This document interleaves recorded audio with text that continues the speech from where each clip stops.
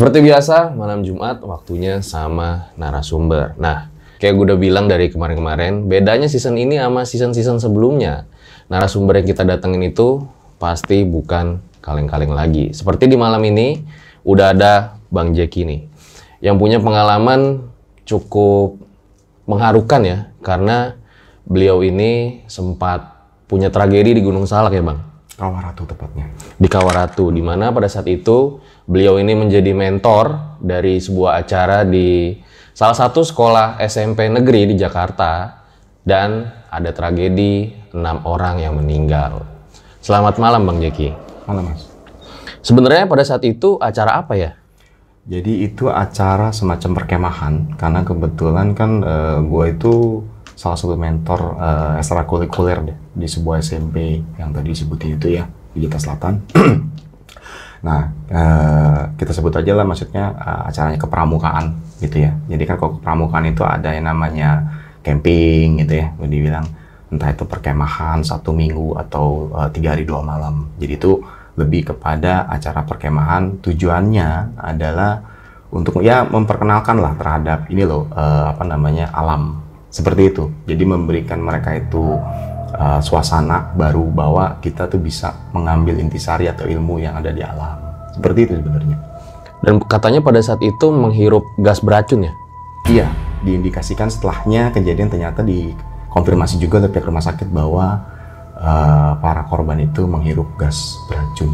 Dan kejadian ini tuh sempat masuk banyak berita kalau nggak salah ya? Saat itu sempat, kalau sekarang istilahnya viral ya, itu sudah sampai ke dulu tuh ada salah satu acara di televisi swasta, itu sampai dibahas ya selama 1 jam di koran-koran, di radio gitu ya, sampai di majalah-majalah, koran lapisan atas tengah bawah itu ngebahas itu semua pemberitaannya. Baik, ditahan dulu Mas ceritanya.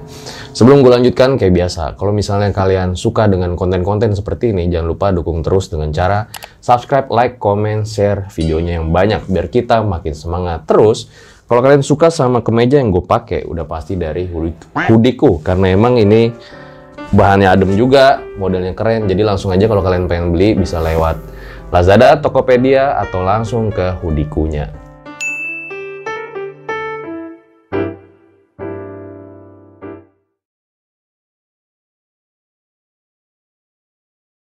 So, gue rasa langsung saja berikut adalah ceritanya.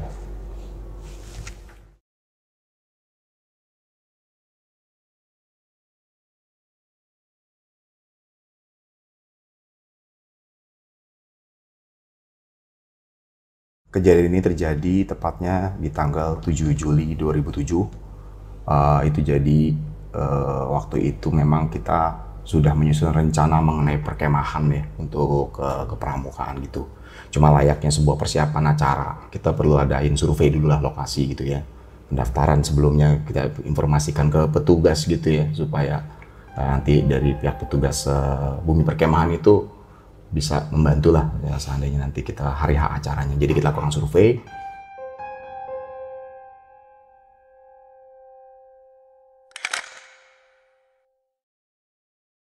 Nah, saat itu yang survei itu ada 5 orang, termasuk saya ada di situ. Ini posisi Bang Jeki sebagai pembina pramuka memang? Hanya mentor aja sih sebenarnya, mentor atau koordinator lah kita sebutnya ya, koordinator gitu loh. Tapi memang di sekolah itu? Dulu memang alumni sekolah situ, gitu loh. Karena kita punya tradisi, alumni sekolah situ tuh biasanya ada beberapa yang kasarnya purna bakti kali ya, mau dibilang, kita bantu mendidik, ada di kelas, melatih gitu ya, kurang lebih seperti itu. Nah, kemudian balik ke saat lagi survei, kebetulan kita berlima saat itu survei. Kita berangkat naik kereta, biasalah saat itu ya, kita ke daerah Cidahu, itu kita naik kereta dari Bogor terus ke stasiun Cidahu, terus kita lanjut, itulah biasa lah ya, kalau anak-anak pendaki itu tau lah naik apa ke situ. Nah, kira-kira kita sampai di pos jaga Cidahu ya, sekitar jam 8 atau setengah 9 lah malam. Dan kondisi saat itu memang bukan lagi musim pendakian. Saat itu suasana sangat sepi dan tidak ada orang sama sekali termasuk di pos jaga. Kita sebagai bingungan nih, gimana nih? Kok nggak ada yang jaga? Kita mau lapor kan, mau daftar dulu gitu kan. Tapi atas saran salah satu teman, gini aja, kita kan nggak naik sampai kayak apa namanya mendaki ya, kita cuman camping di bumi perkemahan, kita masuk aja, nanti besok pagi kita udah lapor. Oke, deal.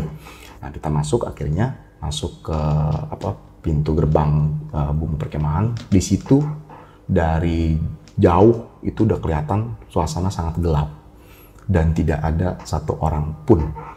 Ini berlima cowok semua? Kita 3 orang laki-laki, 2 orang perempuan. Gitu. Jadi kita itu jalan pelan-pelan karena suasana tuh gelap banget. Di Cidahu itu kan bagi yang pernah kesana tuh pasti tahu lah, di sana tuh banyak warung-warung sebetulnya. Tapi saat itu sama sekali nggak ada yang buka. Jadi suasana sangat gelap, nggak ada pendaki lain dan suasana juga gelap karena lampu-lampu di warung-warung kan nggak nyala karena mereka tutup kan. Wah kita sempet gimana ya? Ya udah nggak apa-apa lah gitu kan. Kita langsung buka tenda aja. Akhirnya kita milih spot di bumi perkemahan Cidahu itu. Kita buka tenda di situ.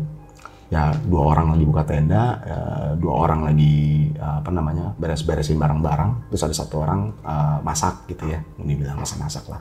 Setelah selesai tenda dibuka, kita duduk bareng lah ngeriung gitu ya sambil nunggu masakan. Saat kita lagi nunggu masakan, kita sambil ngobrol-ngobrol. Tiba-tiba itu ada kucing lewat. Hanya 1 kali. Kucing itu kan mengeong ya. Mengeong lewat di tengah-tengah kita, tapi hanya lewat melengos gitu aja. Dan ini bukan kucing hutan.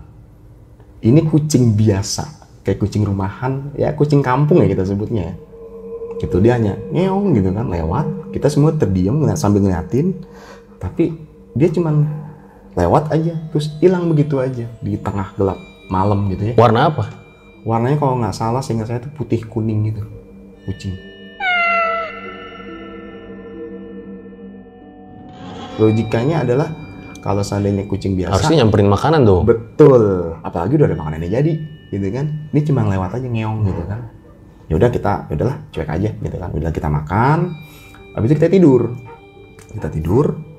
Kita tidur bareng waktu itu karena kebetulan kita bawa tenda yang besar ya, mau dibilang tenda besar.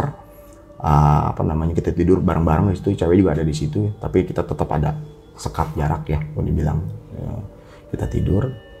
Entah berapa lama ya, mungkin setengah jam ngobrol, habis itu kita tidur pules. Saya nggak tahu jam berapa, tiba-tiba saya pribadi itu terbangun, melek aja gini gitu kan. Kita suka tuh ya kalau lagi tidur gitu, di rumah tiba-tiba melek aja bangun tuh seger gitu kan. Nah waktu itu saya mikir, gue kenapa ya, mungkin cuma kebangun aja kali gitu kan ya. Udah sambil nunggu ngantuk lah kasarnya gitu kan ya, ngelamun aja. Tiba-tiba tuh saat lagi ngelamun gitu ada suara ya. Dan itu masih terngiang sampai sekarang. Itu suara perempuan mengalun-ngalun di dalam kondisi yang gelap banget gitu ya. Dan itu suara saya ingat banget seperti ini.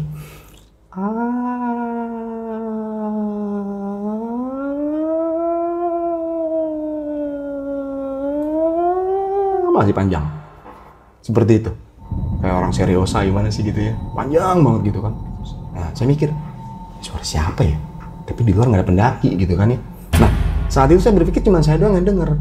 Ternyata semua tuh terbangun juga. Karena suara itu? Iya. Karena saya di sebelah kiri gitu ya, itu ada lah ya, kita sebut aja namanya Aki ya. Aki sama itu laki-laki ya. Sama Ani, kita sebut aja kayak gitu ya. Si Ani tuh ngomong sama si Aki gini, "Ki, itu apaan ya Ki? Suara apa?" Itu kedengeran kan di saya kan. Wah, dia dengar dong nih gitu kan. Nah, di sebelah saya, kebetulan saya waktu itu ngajak adik sepupu perempuan. Yang salah satu perempuan itu adik sepupu saya. Ya. Dia ngomong ke saya, dia di sebelah saya, "Bang, itu apaan, Bang? Itu apaan?" gitu kan. Saya bilang, "Udah diam aja gitu kan." Dan itu masih berlanjut. Masih suara seperti itu. Ngangang gitu. Nah, di paling ujung dan deket pintu itu ada temannya sepupu saya nih. Dia teman diajak gitu ya, udah teman sekolahnya. Ya kita sebutkan namanya Iim ya. Orangnya mungkin agak-agak kita mungkin sebutnya tengil nih gitu kan. Tiba-tiba dia ngomong gini, "Suara siapa sih tuh?" gitu kan. Dibuka tuh tenda, disenter-senterin gitu kan. Terus si Aki ngomong, jangan dibuka gitu kan. Nah terus saya ngomong, "Im, udah tutup. Wah, berisik banget sih gini. Tapi nggak ada orang, karena kan kelihatan kan. Nyenter gini nggak ada sampai siapa gitu kan. Im, tutup gitu. Ditutup lah akhirnya sama dia. udah diemin aja. Mungkin ada kira-kira suara itu selalu mengulang-ulang itu kurang lebih 10-15 menit. Melengking banget ya? Iya, melengking dan mengalun.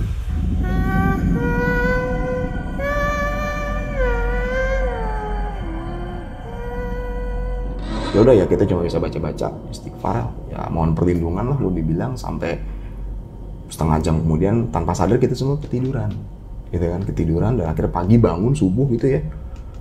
Itu saat itu kondisi belum ada orang sama sekali, memang masih gitu ya. Cuman akhirnya sekitar jam, kita ya biasalah jam 6, setengah 7 mulai ini ada MCK kan di situ kan, ada tempat inilah mandi atau segala macam ya, cuci muka, masak, barulah datang itu petugas ternyata gitu ya. Oh bang, sorry semalam ya kita gitu. Oh ya nggak apa-apa ya, kita daftar lah. Nah itu sih sebenarnya yang paling kita inget banget nih, kalau ngobrol itu pasti yang diinget tuh saat lagi survei. Setelah itu sih sebenarnya nggak ada apa-apa, kita lebih kepada yuk ya kita cek kondisi gitu kan ya, lihat kondisi apa namanya tuh trek jalur ke arah kawah, karena memang kita rencananya mau arah kawah gitu kan. Dan alhamdulillah sih nggak ada apa-apa ya saat itu. Udah setelah itu kita pulang, selesai, sampai di Jakarta kita udah cerita dong, wah ini gini gitu kan ya. Iya tuh apaan ya. Nah saya ingat ada sepupu saya juga bilang gini, bang sebenarnya waktu kita baru datang kan lu bilang nggak ada orang ya, nggak ada orang nih gitu kan, gimana nih gitu. Nah jadi tuh pas begitu pintu masuk tuh sebenarnya ada semacam kayak WC umum bangunan saat itu ya, nggak tahu sekarang masih ada atau enggak. Ada sepupu saya tuh bilang, padahal itu ada orang lagi bang gitu. Ah nggak ada, karena kita pasti ngelewatin toilet itu dan kita ngeliatnya nggak ada. Ada bang, orang kepalanya botak cuman, tapi dia nggak pakai baju. Nggak pakai baju, agak gemuk gitu ya. Dia ngatin kita aja gitu, ngatin aja deh. Nah saat itu makanya gue agak heran, kok lu bilang nggak ada orang sih, orang ada kok gitu. Nah, cuman kesininya akhirnya dia mikir kayaknya itu juga bukan orang deh gitu. Kayaknya dia juga bukan orang deh. Akhirnya kita mulai persiapan untuk hariannya, dan kita bisa pastikan semua sudah administrasi di sana udah diurus gitu ya. Nah lagi persiapan gitu saya lagi kan bolak-balik tuh ke sekolahan ya. Nah, waktu saya lagi ngecek kontrol anak-anak lah, ada nyiapin apa, bikin apa gitu ya. Di situ ada salah satu guru ya. Guru saya juga waktu saya SMP ya. Ya kita sebutlah panggilannya Babe gitu ya. Karena memang sama anak-anak tuh deket banget gitu. Makanya anak panggil Babe aja. Panggil nih, Jack, gimana udah siap nih kemahan? Ya ini Be, doain aja mudah-mudahan lancar ya. Saya cerita lah nih ceritanya nih. Saya cerita. Nah, saya ceritain nih yang apa nama kejadian itu kan. Saya ceritain begini, terus ada suara begini. Nah, kita nih udah pada tahu dari zaman dulu, dari zaman saya SMP, Babe ini memang mungkin kita sebut punya kelebihan lah ya. Punya kelebihan. Dan dia cuma bilang gini, mau gitu ya? Sebentar ya. Dia diem. Oh, udah. Kenapa Be? Gitu. Dia bilang gini, lu tahu nggak itu apa? Tapi ini terserah lu ya mau percaya atau enggak. Ya, gue sih cuman apa yang gue lihat lah, tanda kutip gitu ya. Lu nggak keluar ke tenda kan saat itu lagi tidur pas ada enggak lah Be, kita pada nggak berani. Oh, untung deh, syukur deh. Emang kenapa? Kalau lu keluar tenda itu pada berterbangan di atas tenda lu, gitu kan? Apaan Be yang berterbangan? Yang jelas sosok perempuan ya pakai daster putih ya. Langsung saya tembak dong, Mbak Kunti gitu kan. Nah iya itu, tapi banyak. Berarti bersaut-sautan, memang banyak di atas.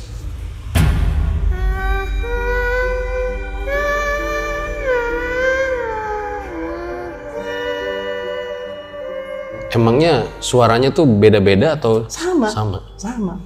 Sefrekuensi gitu, cuman lokasinya aja beda-beda. Nanti di atas tenda, nanti agak jauh, nanti mungkin dia di sini nih, di balik tenda, di kepalang kita selantang ya, tiduran gitu loh. Di situ frekuensi suara sama, intonasi sama, itu nada juga sama.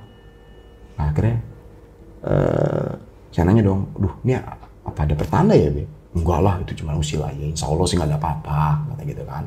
Yang jelas ya hati-hati aja nanti saat acara. Ya udah sampai situ akhirnya, udahlah kita lupain lah. Ya, kita simpen dulu deh ya, bukan kita lupain ya, kita lebih fokus ke masa persiapan. Tibalah sampai hari H. Itu kalau boleh tahu Bang Jack, pesertanya ada berapa orang saat itu? Peserta, jadi kita waktu itu dibagi gini, peserta tuh kurang lebih ada 30 orang ya, pesertanya ya. Di situ ada kepanitiaan juga. Kepanitiaan itu sebenarnya dari alumni kita juga, cuman yang di bawah kita. Yang boleh dibilang itu masih anak-anak yang mau lulus sekolah SMA lah gitu ya, mau pada kuliah. Mereka jadi panitia. Itu kurang lebih kalau nggak salah panitiaannya ada 15 orang kalau nggak salah. Nah, alumni pendamping dalam hal ini mentor atau koordinator itu kurang lebih ada 10 orang juga. Ya udah, akhirnya kita mulai persiapan dan hari H-nya kita berangkat hari Jumat karena perkemahannya itu Jumat Sabtu Minggu. Susunan acara juga udah disusun dan acaranya itu bener-bener full. Kita ajak anak-anak ini untuk happy lah gitu loh. Kita nggak mau bawa yang namanya wah kita bawa susah kayak kita mungkin pendidikan apa segala macam, enggak. Kita tuh betul-betul pengen membangun gitu ya. Kita berangkat tuh habis sholat Jumat. Waktu itu kita naik bis tronton tentara lah ya, kita sewa 2 apa nggak salah. Nah, di dalam perjalanan saat kita masuk tol gitu ya. Nah, saya kan duduk di pinggir ya, paling belakang gitu ya, di dekat pintu lah ya gitu, di tronton belakang.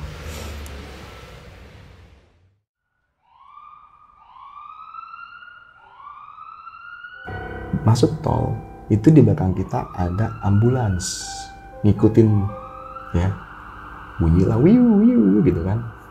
Dan itu ternyata ambulansnya mobil jenazah. Truk minggir dong, maksudnya memberi jalan gitu ya, memberi jalan. Tapi anehnya saat kita minggir gini, ambulansnya tetap minggir gitu. Kan logiknya kan kalau kita minggir dia jalan, karena kita ngasih jalan. Ini nggak ngikutin kita terus aja. Ya saya sempat mikir, kok nih ambulan ngapain ya? Gitu kan, apa kalau ambulan kosong ngapain nih nyalain sirine kan gitu kan? Ya udah, ya kita anggap cuek aja deh. Begitu keluar tol ya dia udah nggak ada, gitu kan, belok lah ya nggak tahu mana.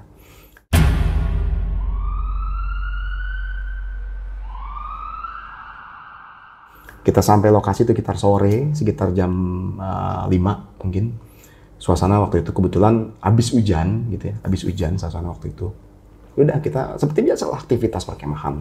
Kita belum sampai emang kita planningnya hari kedua itu kita wisata, disebutnya wisata ke Kawaratu gitu loh. Rencana berapa lama memang? 3 hari 2 malam. Jadi kita berangkat Jumat pulang Minggu, rencana seperti itu. Nah, malamnya itu kita sempat bikin acara diskusi sebetulnya. Diskusi ringan, diskusi santai habis makan malam, kita ngobrol nih. Kita buka terpal gede gitu ya, kita duduk bareng-bareng, kita ngobrol, saling mengeluarkan pendapat. Jadi tujuannya melatih mereka berani berpendapat gitu loh dibilang. Yang topiknya sih simple aja gitu. Gimana nih kita untuk meningkatkan kepramukaan kita nih gitu kan, dibilang. Mungkin ada punya pendapat silakan diutarakan, jangan malu-malu, jangan ragu-ragu. Wah, itu sangat-sangat hidup banget diskusinya gitu ya. Jadi bener-bener tuh happy lah suasana saat itu. Akhirnya sampai kira-kira jam 10, kita stop acara, kita arahkan mereka untuk tidur gitu kan ya, untuk tidur. Kita bilang, ya semuanya tolong habis ini istirahat. Karena besok kita butuh fisik yang prima. Besok kita akan wisata ke Kawaratu. Wah, pada seneng kan? Wah, seneng gitu ya. Makanya jangan sampai ada begadang ya. Karena kenapa? Kalau begadang fisiknya nggak kuat dan itu akan sangat berbahaya lah di perjalanan gitu lah. Dan besok mohon maaf jangan berbohong. Kita ingetin kalau seandainya besok pagi itu ada yang kondisi nggak fit, tolong bilang ke panitia ya, nanti mohon maaf jangan ikut. Oke, tidurlah tuh. Tinggal akhirnya kita yang mentor sama panitia nih ya, kita lagi ngobrol-ngobrol lah ya, boleh dibilang ngobrol-ngobrol. Nah, ada di suatu momen, waktu itu kebetulan saya lagi agak sedikit melipir, agak naik ke arah, kalau ini ya namanya arah Javan Aspal, jalan aspal. Nah, saya tuh duduk di situ kebetulan bertiga sama 2 orang dari jajaran panitia. Yang satu ya kita sebut aja namanya Ijong gitu ya, dia duduk sebelah kanan. Sebelah kiri gitu ya, sebelah kiri itu kita sebut aja namanya Kai gitu ya. Kita lagi ngobrol tuh ya, mungkin sekitar jam 11:30. Ngobrol ringan aja sambil ngerokok gitu kan ya. Tiba-tiba si Ijong tuh nggak ke kanan, karena kanan itu langsung hutan semak belukar gitu. Dia begini, terus nengok ke saya nih. Dengar nggak? Apaan? Belum lama dia ngomong ada suara. Hihi. Kayak gitu. Jadi cuma selewat doang. Iya. Terus tanya dong ke Kai. Lu denger kan? Iya, gue juga denger. Akhirnya kita turun kan udah. wah nggak beres nih, turun. Kita gabungin sama anak-anak gitu kan, turun lah akhirnya kita turun, kita nggak cerita lah ya, karena etika, maksudnya etika di gunung kan kalau ada apa-apa tuh kita jangan cerita di situ. Udah, akhirnya kita tidur semua. Paginya kita bangun, siap-siap. Nah kebetulan saya itu rumbukan nih sama panitia sama mentor-mentor. Gini deh, gue jalan duluan berdua sama salah satu mentor, kita sebutannya namanya Al, gitu ya. Kita jalan duluan untuk ngecek kondisi jalur itu gimana, berbahaya atau enggak jalur menuju ke kawah gitu ya. Nanti kalau seandainya ada apa-apa kita langsung turun nih salah satu, ngasih tahu, wah stop, kita nggak bisa naik gitu kan. Akhirnya saya sama Al jalan duluan nih, sembari yang lain siap-siap lah, wah pada ini sambil dicek kondisi kesehatan dan lain-lain. Nah saya jalan duluan sama Al, ngelusurin lah lewat jalur Cidahu lah ya, kita sebutnya ke arah Kawah Ratu. Nah perjalanan tuh enak, lancar, berdua nih ya, ngecek jalur. Kayaknya aman nih Jack, kata si Al gitu kan. Kayaknya enak nih, jalurnya lagi, cuaca juga lagi bersahabat banget gitu kan ya.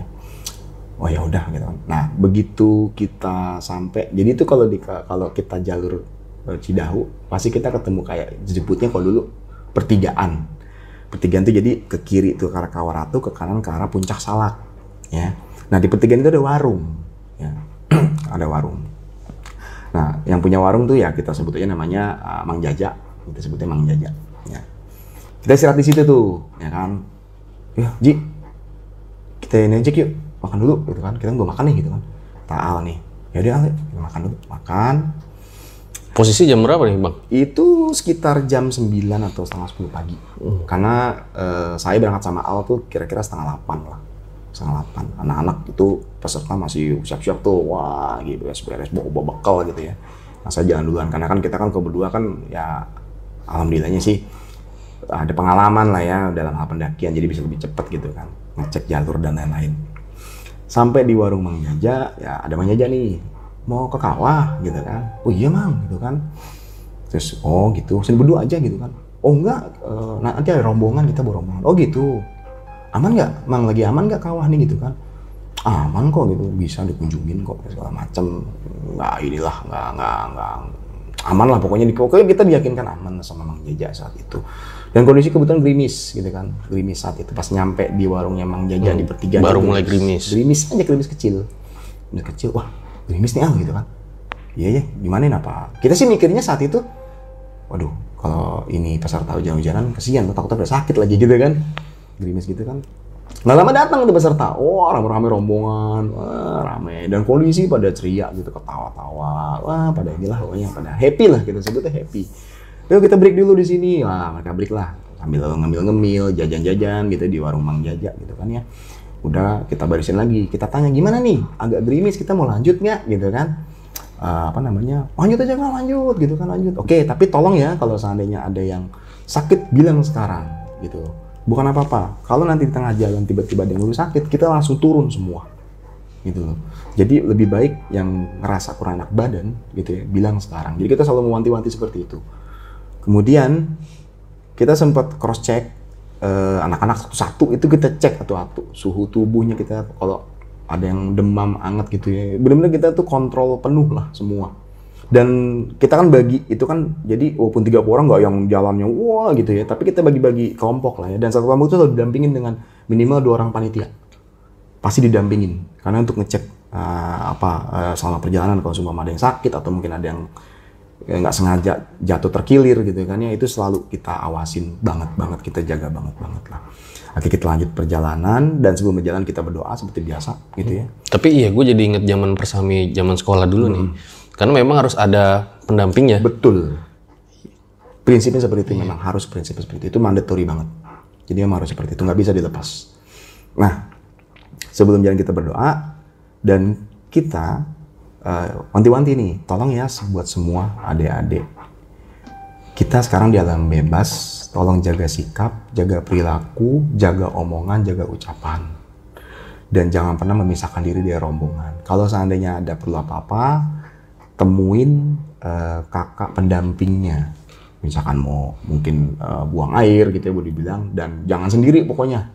Siap kak, oke gitu. Kita lanjut jalan ya. Waktu itu saya pun juga akhirnya bareng lah sama rombongan kan, walaupun depan kondisinya. Sampai kita ketemu ada warung, jadi ada satu warung lagi sebelum masuk kawah ya. Di kawah pun juga ada warung sebetulnya, di bibir kawah tuh ada warung. Akhirnya kita istirahat sebentar di situ, kita lanjut jalan lagi menuju kawah saat ini. Begitu kita sampai di kawah, itu di bibir kawah tadi saya bilang ada warung. Ya, ada warung, kita di situ kumpul. Nah, itu pun anak-anak kita persilakan, yuk kalau mau beli ini silakan, kalau mau yang bawa sangu gitu ya, mau beli minuman, teh, kopi atau susu silakan. Nah, sembari peserta itu di warung, saya sama teman-teman mentor-mentor nih, bukan panitia ya, mentor-mentor, jadi yang kalau kita sebut abang-abangan lah ya buat mereka gitu. Kita jalan duluan ke kawah. Fungsinya apa? Kita kontrol dulu, cek kawah, aman nggak nih kawah, gitu loh. Kita turun yuk, gitu kan. Kebetulan waktu itu kita turun ada 7 orang. Kita nyampe di situ sekitar jam di warung yang kawah ya, mungkin sekitar jam 12 lewat lah ya, siang. Jadi biar ada waktu istirahat mereka, kita turun ke bawah. Waktu itu yang turun ada sekitar 7 orang lah ya, kurang lebih 7 orang. Kita nyisir kawah, kita nyari batasan nih sampai mana nanti anak-anak yang jangan ke arah sini, jangan ke arah sini. Bahkan kita tuh cukup lama di bawah, mungkin ada sekitar 20 menit ya. Sampai sempat kita foto-foto dulu malah gitu kan ya, foto-foto dulu gitu ya. Wah, ini ya. Kayaknya aman nih gitu kan. Ya udah, yuk kita naik. Kita naik, kebetulan saat lagi naik, saya papasan nih ketemu nih sama ketua panitianya nih. Ketua panitia acara itu. Gimana Cik gitu kan? Gimana Cik? Aman sih, gitu. Tapi tetap ya, walaupun aman, jangan dilepas anak-anak, tetap dampingin. Oke deh, gitu kan. Ya udah. Mulai nih, atur barisan, yuk kita turun kawah. Ya kita batasin, maksimal 15 menit aja di kawah. Maksimal banget, habis itu kita langsung naik. Pulang, rencananya seperti itu. Udah, kita ke warung, beberapa mentor ada yang, gue kayaknya mau turun duluan ya buat jaga-jaga di bawah gitu, masih siapin di bawah. Ya udah oke deh gitu kan. Tinggallah di situ saya, Al, ada lagi satu namanya Osko, kita sebutnya Osko gitu ya. Terus ada beberapa orang juga. Ya 2 orang lagi, sisanya itu lagi pada turun ke bawah jalan pelan-pelan. Nah, saya tuh baru mau duduk, kita duduk begini gitu ya di warung, mau niatnya mau pesan kopi gitu ya. Baru duduk, tiba-tiba saya dengar suara teriakan, wow gitu, rusuh lah. Karena saya posisi duduknya membelakangi kawah di belakang saya gitu ya. Di belakang saya begini. Karena saya posisi waktu itu ngebelakangnya, saya mikirnya, lagi pada bercanda kali ya gitu. Nah, baru saya duduk, baru nyender gini, si Osko tuh bilang, entah kenapa kata-kata itu menyadarin saya. Anak-anak kenapa tuh Jik? Gitu loh. Anak kenapa Jik? Saya nengok ke belakang, tiba-tiba tuh berlarian gitu kan. Langsung ditanya, kenapa itu? Langsung saya nggak mikir panjang, ya kan. Saya kebetulan lagi buka alas kaki gitu ya. Langsung turun, nyusurin ke kawah gitu ya. Ketemu, ada apa nih, ada apaan? Itu kan ada yang pingsan gitu kan, ada yang pingsan gitu. Pingsan gitu kan. Oke, semuanya naik deh ke kawah gitu kan. Ke mana? Ke warung gitu kan. Nah, saya ceritanya mau nyamperin nih. Pikiran saya itu cuma gini, pingsan, mungkin dia kecapean atau mungkin apalah gitu ya. Nggak ada pikiran macam-macam. Begitu saya sampai di lokasi yang ditunjuk sama anak-anak itu, wallahi itu di situ banyak bergelimpangan. Tubuh-tubuh ya. Bergelimpangan, ada yang duduk, ada yang tengkurap, ada yang miring. Di situ kebetulan ada aliran air kecil, ada yang paling sedikit tergenang di air gitu ya.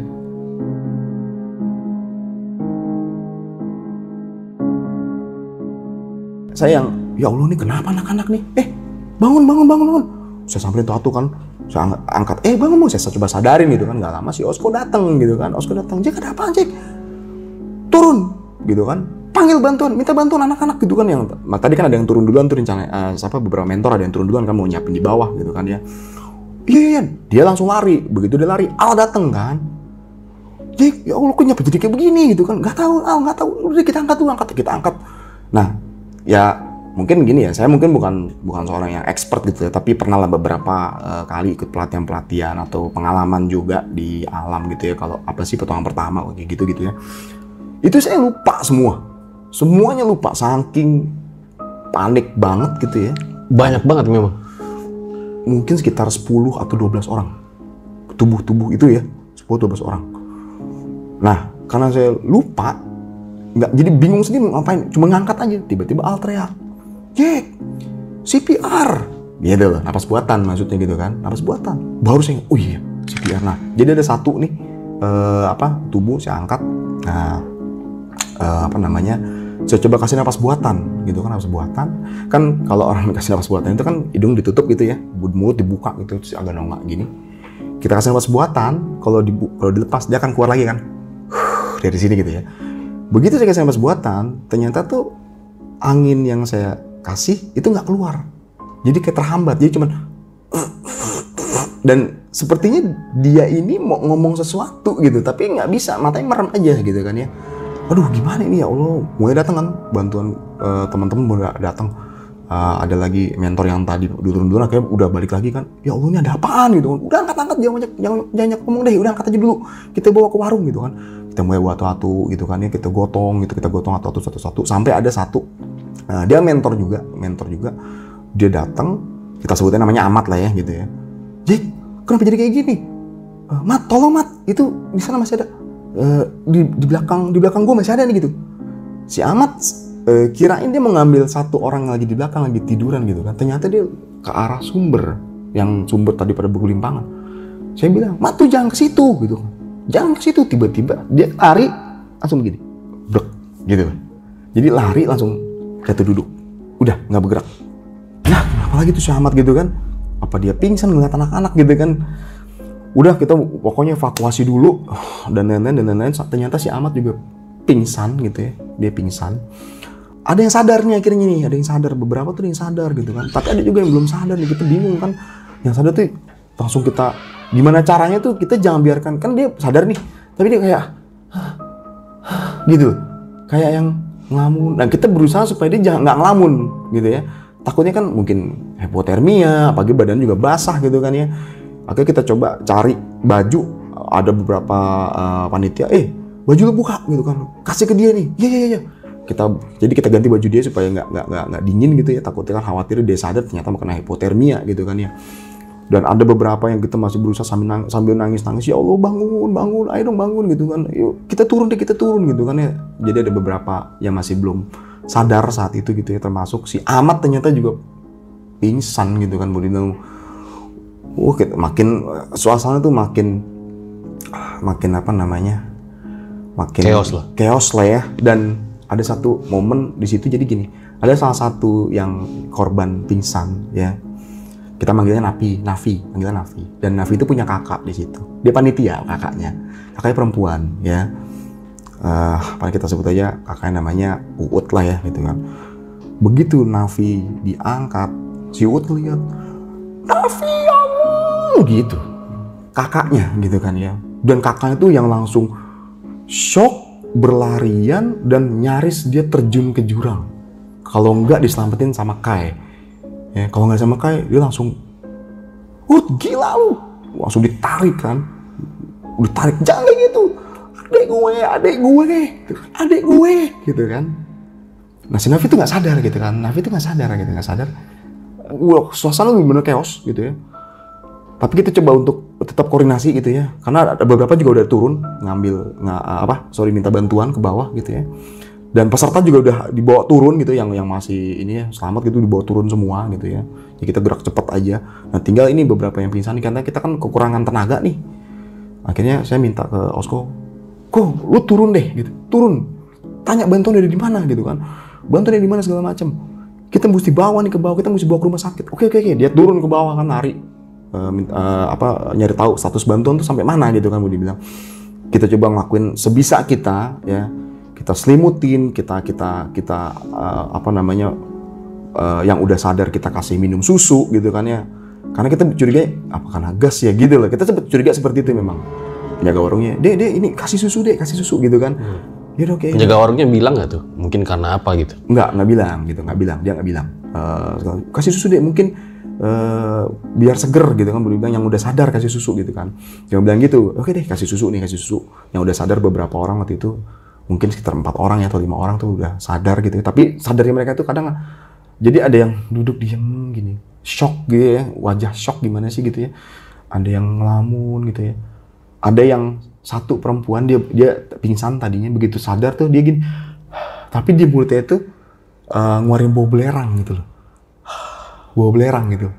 Bau belerang gitu. Kan ada uap nih, uap dingin biasalah kalau ini ya. Tapi ada bau belerangnya. Wah, kok bau belerang ya gitu kan. Mungkin yang ngirup belerang atau gimana gitu ya. Nah udah akhirnya kita coba ini. Itu kejadiannya jam berapa Bang Jack? Itu kita jam 1 siang. Jadi belum nggak lama setelah turun. Jam 1 siang. Karena kan tadi kan saya bilang kan, saya turun tuh nyampe kan di situ jam 12 lewat ya. Nah kita turun duluan nih mentor-mentor, ya ada sekitar 20-30 menit, berarti kan sekitar jam 1 siang ya? 1 kurang 15 mungkin ya, 1 kurang 15. Nah begitu kita naik, jadi tuh hitungannya tuh waktu tuh cepet banget. Begitu itu anak-anak turun, suara teriak-teriakan, itu mungkin nggak sampai 5 menit itu. Mungkin ya kalau saya ada di bawah mungkin kalau saya salah satu peserta gitu ya, itu mungkin nggak ada 5 menit pada berjatuhan gitu ya. Nah akhirnya kita ngelakuin segala hal sampai akhirnya teman-teman pendaki, kalau nggak salah mungkin dari PB ya, Bang ini mesti dibawa ke bawah Bang gitu. Iya Bang, kita nggak ada tenaga. Ini nih, yuk akhirnya dia ngebantuin, yuk kita gotong. Kita akhirnya bikin tenda tandu darurat kan, dari sarung, dari baju gitu kan, dari jaket dia ngeluarin tuh teman-teman pendaki itu gitu kan ya. Dia juga bantuin ngangkat itu dari kawah ke warung gitu kan. Yuk, ini beberapa kita bawa dulu ke bawah gitu. Kita bawa dulu ke bawah, yang penting kita jauhin dulu dari sini, dari pusat kawah kita jauhin dulu. Nah beberapa tuh dibawa tuh dari 7 orang, termasuk si Ahmad kan tadi kan dia pingsan kan, itu kita bawa turun. Mungkin 3 orang dibawa turun ya karena kekurangan tools juga, tinggal sisa 4 orang kan. Yaudah bawa dulu. Kebetulan saya sama beberapa teman-teman gitu ya, itu masih ngejagain di situ kan, kita masih berusaha untuk ngelakuin tindakan apapun untuk pertolongan pertama gitu ya, apapun itu buat yang belum sadar. Udah kita tunggu, nggak lama datang nih beberapa orang dari bawah, tak datang. Dia tim rescue nggak salah sih. Langsung ini yang bikin kita tuh agak shock lah ya. Jadi dia datang, dia ngecek salah satu nadi, dicek, oh masih ada.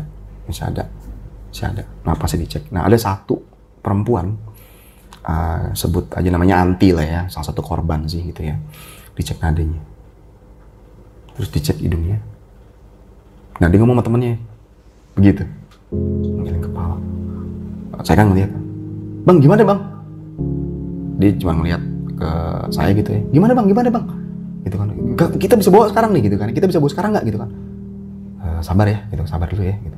Ya, kita mesti bergerak nih. Ya ini yang ini mau dibawa nih gitu kan. Akhirnya yang kan tadi 3 orang dibawa turun ya, tinggal 4 orang. Akhirnya yang 3 ini dibawa gitu kan ya, yang Anti ini gitu kan ya. Anti ini jadi pasti bilang gini, dia bilang, maaf ya bang, yang ini sepertinya udah nggak ada. Wah saya nggak terima dong gitu kan. Tadi dulu bang, jangan sembarangan ngomong ya gitu kan. Kita tuh nyelamatin dia lebih dulu di sini segala macam gini si Anti ini gitu kan. Kita nyelamatin dia dulu di sini gitu kan.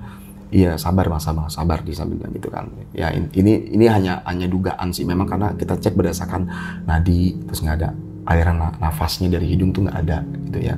Tapi memang ayo kita bawa. Akhirnya kita bawa nih. Si Anti juga kita bawa nih ke bawah. Si Anti tuh yang didulukan gitu kan, Budi bilang supaya cepet dibawa ke rumah sakit. Dibawa ke rumah sakit. Udah turun semua akhirnya. Udah turun semua nih akhirnya nih. Wah, ya turun semua. Terus kita sampai di warung terakhir sebelum kawah yang tadi kita sempat berhenti dulu juga. Nah, di situ masih ada 3 orang. Nafi yang tadi kakaknya histeris gitu ya. Ada lagi satu, kita sebutin namanya Andi, dia ketua panitia ya. Satu lagi kita sebut namanya Jun ya. Jun itu adalah orang yang saya kasih CPR, tapi nafas yang saya kasih itu nggak keluar lagi gitu, ketahan. Kayak tertahan, dan dia kayak mau ngomong tapi kayak ada yang nahan di tenggorokannya, kayak gitu loh, kayak begitu. Entah kenapa gitu ya.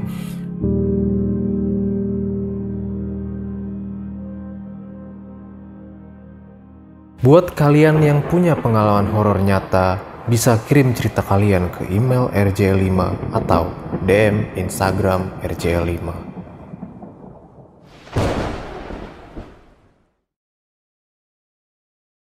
Udah kita tunggu di situ segala macam. Nah tinggallah kita bertiga nih, saya, si Ceking, sama satu lagi perempuan, salah satu mentor ya. Kita panggil lah namanya Didi gitu ya, perempuan tapi ya, Didi gitu kan.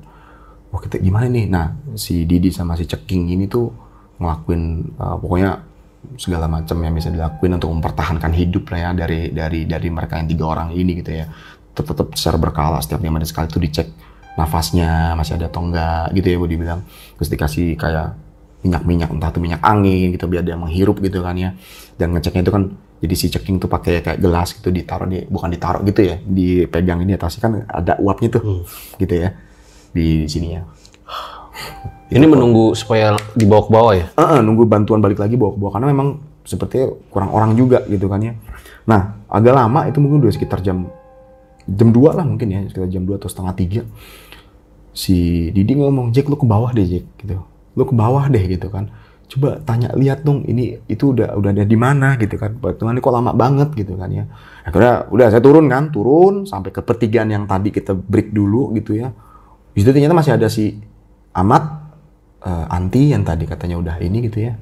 Sama perempuan sebutnya namanya Ana ya. Ana, jadi ada Anti Mana di situ tuh. Kok masih di sini? Iya, tandunya jebol gitu kan, tandunya jebol segala macam. Karena kan tandu darurat ya, cuma pakai sarung, kain, sweater gitu. Gue dibilang jebol. Nih kita lagi ini nih, tapi yang satu udah dibawa turun duluan gitu kan, Nah, saat kita lagi nunggu sambil kita ngasih ini, ya pertolongan pertama lagi gitu ya, musap-musap tangan ya biar anget gitu ya. Si Ahmad yang lagi pingsan, tiba-tiba tuh loncat. Dia loncat dari kita tidurin dia itu di bawah ya, kita gelarin jaket, sleeping bag gitu kita gelarin. Dia tiba-tiba loncat, kaget kan, Mat lu udah sadar gitu kan. Dan ternyata si Ahmad itu cuma merem sambil mengerang, cuma gitu. Dan dia melakukan gerakan pencak silat, gitu. Kita kan kaget, Mat kenapa lu gitu kan? Dia gerak-gerakan pencak silat gitu. Wah kita nyamperin dong. Itu semua satu dihajar-hajarin sama dia. Tendang-tendangin. Mat gitu kan. Kenapa lu kok begini gitu kan. Terus langsung si Kai bilang, Cek, kayaknya ini nih, surupan. Gitu kan. Padahal sambil merem. Dia merem. Tetap merem tapi sambil gitu-gitu. Sempat kena hajar juga? Sempat ketendang sekali. Buk. Langsung pegangin gitu kan. Akhirnya gue tuh rame-rame ngerubungin dia. Kita pegangin dia rame-rame. Ini ada megang badannya, megang tangannya. Kebetulan saya megang kakinya kan. Itu tenaga. Padahal dia anaknya tuh kecil, kurus gitu. Tapi tenaganya tuh kuat banget. Sambil ngamuk. Sambil berusaha berontak gitu kan. Sambil begitu.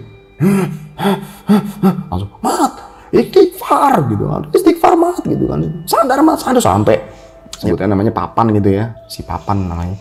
Sampai gampang deh, sadar lu, gila lu apa-apaan, sadar kita sadar, kita butuh bantuan nih gitu kan, lu kalau udah sadar lu sadar gitu kan, udah saking, udah sampai teriak gitu, tetep aja deh nggak ini, akhirnya kita gotong rame-rame, kebetulan juga ada tandu satu gitu ya, jadi ada tim rescue ada yang datang gitu kan, kenapa ini bang gini, waduh gimana ya, kayaknya kesurupan nih gitu kan, akhirnya kita gotong dia, kita taruh di tandu, kita ikat semua. Waduh masih berontak pokoknya. Wah, kaki diikat lepas. Dia kaki tuh sambil nendang sana sini gitu kan. Ada yang ketendang juga gitu. Ada tim rescue satu orang tuh ketendang sama dia mukanya gitu kan. Waduh, buruan cepet deh gitu kan. Kita bawa ke bawah. Akhirnya kita bawa ke bawah sama yang tadi 2 perempuan itu si Anti sama anak gitu ya. Kita bawa ke bawah nih. Kita bawa ke bawah ya. Nah, saya nggak ngikut, saya nunggu di pertigaan, ya kan? Bang, di atas masih ada lagi. Iya, nih nanti kita ke atas. Oke, kita ke atas ya. Nah, ada 2 orang rescue, dia ke atasnya akhirnya nih. 2 atau 3 orang dia ke atas nih, nyamperin si Ceking sama si Didi kan. Karena di sana masih ada 3 orang lagi. Nah, saya nungguin di warung itu berdua waktu itu sama Kai kalau nggak salah. Oh, sama Aki berdua. Kita tunggu kurang lebih 15 menit, datang rombongan rescue tadi bawa 1 tandu. Ternyata si Jun. Wah, kok cuma 1, Bang? Yang 2 masih. Iya ini bingung tandunya kurang gitu. Ini kita bawa dulu deh. Udah, Bang, Abang ikut turun deh mendingan ke bawah gitu kan, mau dibilang. Abang ikut turun deh ke bawah gitu kan. Akhirnya kita turun. Nah, pas bergerak itu saya baru sadar di situ kalau ternyata saya selama ini nggak pakai alas kaki. Jadi sadarnya itu karena saya pas napak, aduh kok sakit ya gitu. Ternyata saya nyeker gitu kan, nggak pakai alas kaki. Akhirnya saya di papah sama si Aki gitu ya, sambil Ki kok gini ya Ki, ya Allah kok nih kenapa ya Ki ya gitu, nggak percaya gitu kan. Sabar Jack gitu kan, sabar Jack, mungkin insya Allah inilah, pokoknya nggak, insya Allah teman-teman anak-anak masih bisa selamat, lu sabar gitu kan, kita mesti tenang nih gitu kan. Jadi kita saling ngingetin lah kasarnya gitu supaya tetap tenang gitu ya, boleh bilang.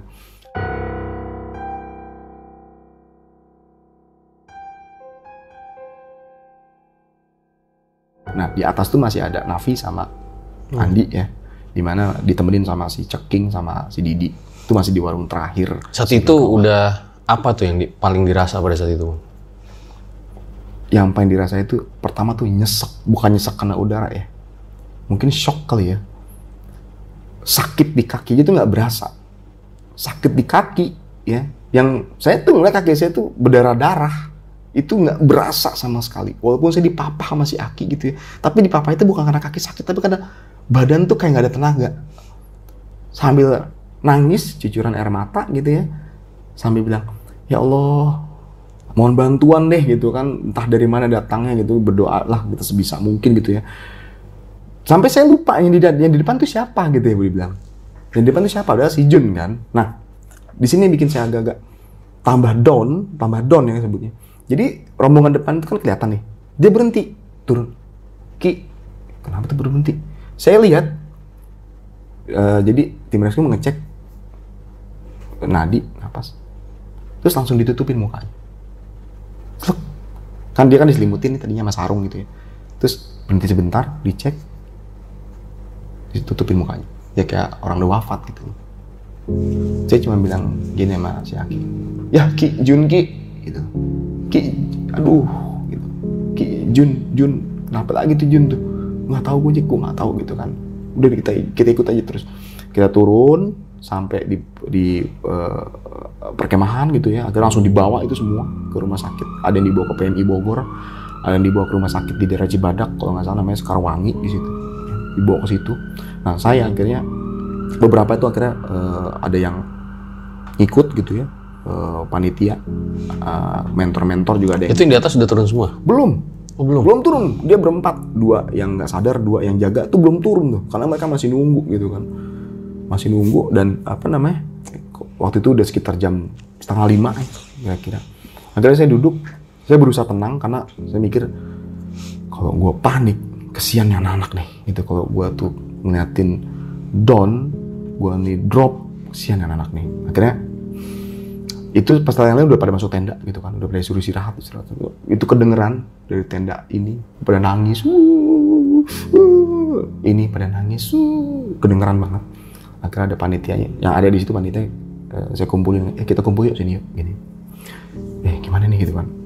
Gini ya, kita berusaha yang terbaik pokoknya, habis-habisan. Lu semua, lu harus tenangin semua peserta.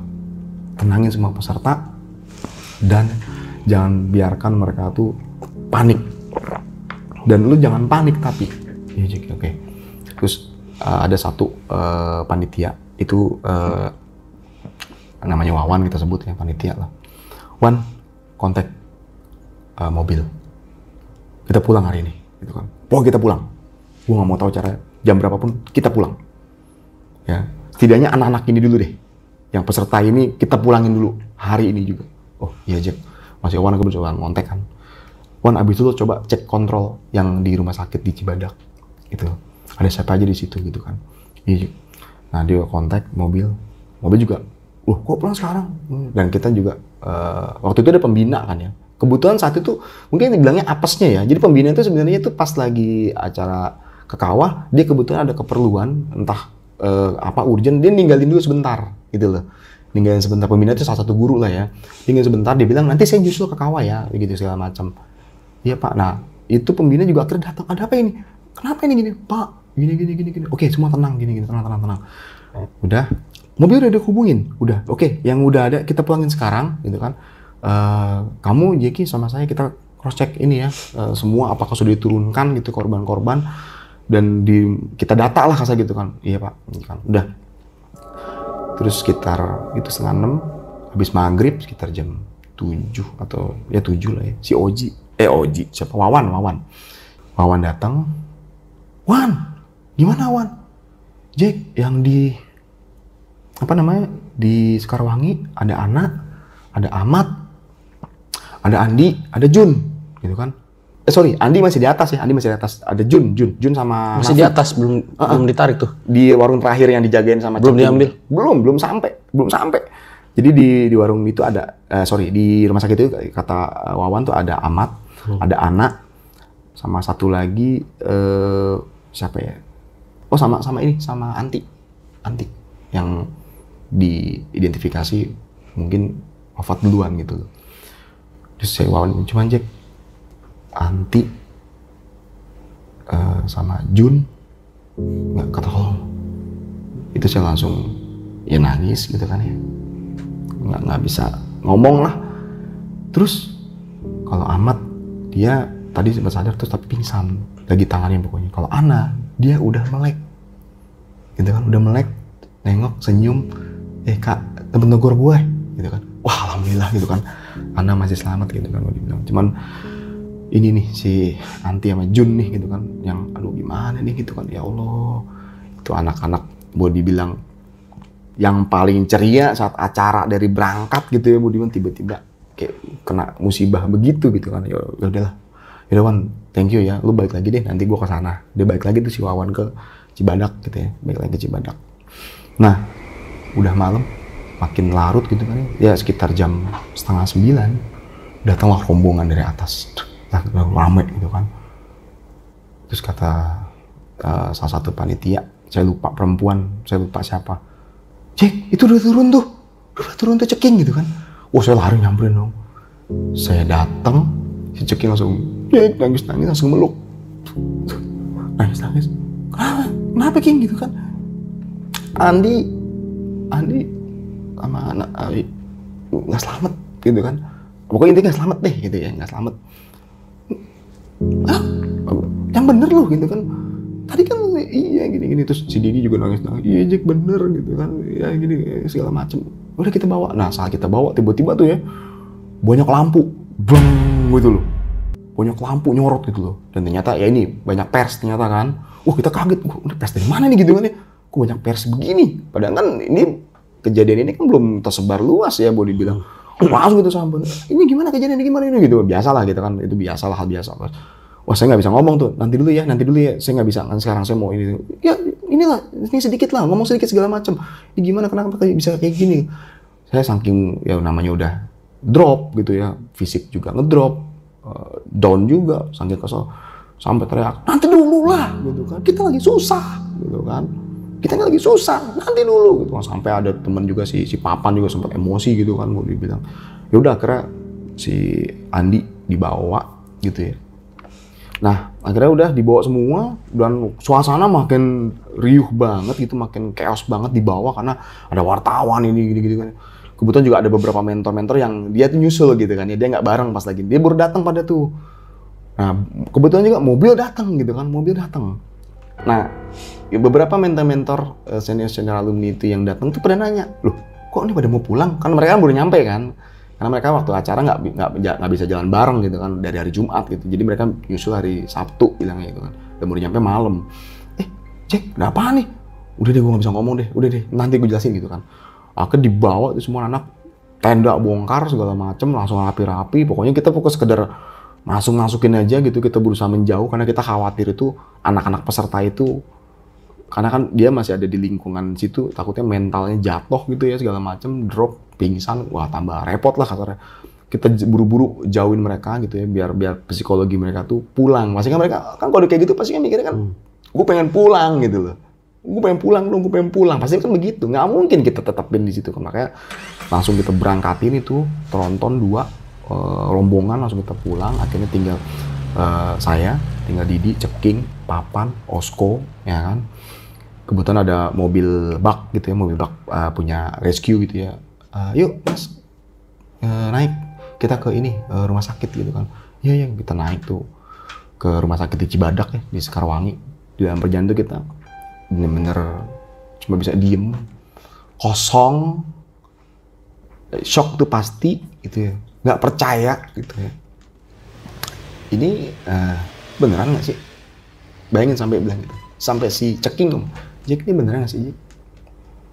Karena bukan apa-apa, karena korban-korban yang berjatuhan, bahkan yang belum sadar, atau mungkin bahkan yang sudah diidentifikasi mungkin wafat, karena kita nggak bisa pegang ya, karena kan itu hanya identifikasi awal ya, kita tetap berdasarkan medis kan. Itu adalah anak-anak yang sangat dekat dengan kita gitu loh. Sangat dekat, udah kayak kakak adik banget sama kita tuh. Sering ngobrol gitu? Jangankan ngobrol, begadang bareng aja pernah. Sebelum acara ini? Jauh sebelum acara. Oh. Sangat dekat, bahkan sampai orang tuanya itu juga menganggap kita tuh kayak bagian dari keluarganya dia. Gitu loh. Kita tuh selalu diterima baik di rumahnya, bahkan ayo Kak, silakan, ayo. Itu semuanya Bang? Semuanya. Itu yang bikin kita sangat shock, kita sangat blank gitu ya. Sangat-sangat, pokoknya nggak bisa digambarin deh suasana itu kayak apa gitu. Haru birunya itu kayak apa sih gitu. Dan kayak jam 12 malam lewat itu kita sampai akhirnya langsung loncat, langsung jalan buru-buru. Saya masuk ke ruang perawatan pertama. Ada si Wawan yang saya suruh, lu kontrol. Wan, ada si Ahmad tuh kelihatan. Dia udah agak sadar, aduh ada gitu. Oh si Ahmad tuh sadar. Wan, Ana mana? Kan lu bilang Ana udah sadar gitu kan. Maksudnya tuh gue tuh pengen lihat keadaan baik-baik aja, kalau dia kira-kira udah oke, pengen nanya kenapa sih, ada apaan sebenarnya, gimana kayak gitu loh. Pengen lihat yang baiknya lah, yang udah sadar lah. Yang udah sadar tuh, emang apa sih yang lu jadi tuh apa gitu loh. Tiba-tiba si Wan cuma bilang, Jack, sorry Jack, kenapa? Ana udah nggak ada. Maksud lo apaan? Iya Jack, Ana udah meninggal. Itu saya tuh pertama emosi. Kenapa? Karena Wawan bilang, alhamdulillah pas lagi dia ngasih laporan, Ana udah sadar, melek, senyum, bahkan negor gue Jack, kata si Wawan. Saking malu. Lu jangan bercanda Wan. Itu si Wawan itu saya pegang kerah ini, hampir mau saya pukul. Langsung anak-anak pada, Cik, apa-apa lu, gini. Si Wawan juga nggak bisa ngomong kan. Lu bilang tadi kan udah sadar gitu. Lu bilang tadi dia udah melek, udah negor lu ngomongin gua gitu kan.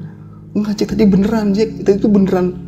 Dia udah sadar, dia udah apa namanya, dia senyum ke gue kok sambil negor, Kak gitu kan. Saya kenapa gitu kan, udah sempet ngomong gitu loh. Gue nggak tahu kenapa pas gue tadi balik ke sini tiba-tiba lagi suster lagi bolak-balik segala macem, pasien ini ternyata udah dikasih infus dan lain-lain, dikasih napas selang gitu ya, udah bilang oksigen, tahu ditutup gitu, diselimutin mukanya. Itu Ana paling dekat sama abang? Sebenarnya semua paling dekat, semua tuh deket banget. Cuman kan kalau saya mikirnya bukan karena dia paling deket ya, maksudnya ya gimana sih, kita tuh taunya, oh dia udah sadar. Kok harapannya bisa? Tinggi lah, harapannya karena udah ada cerita dong, itu. Gitu. Harapannya tinggi dong. Kita udah lost nih, si Jun udah sampai ditutupin itu ya, si Andi itu ya, yang ketua panitia, si Nafi juga, bahkan si Nafi yang kita bingung nih, gimana kita nyampein ke kakaknya nih gitu. Kakaknya tuh ikut rombongan pulang gitu. Gimana kita nyampein ke si Uut nih gitu kan. Udah aja kira. Terus sekarang Ana mana? Udah dibawa ternyata ke PMI. Di kamar mayat PMI kan, di rumah sakit PMI Bogor. Udah dibawa cek. Sekarang tinggal siapa yang ada di sini? Di situ tinggal Andi, tinggal Nafi dan Jun, dan semuanya udah wafat. Jadi yang pada saat itu udah meninggal berapa bang? Saat ini meninggal udah ada 6 orang. 6 orang udah dikonfirmasi meninggal. Berarti si Ahmad ya yang masih... Ahmad masih selamat lah kasar gitu. Nah,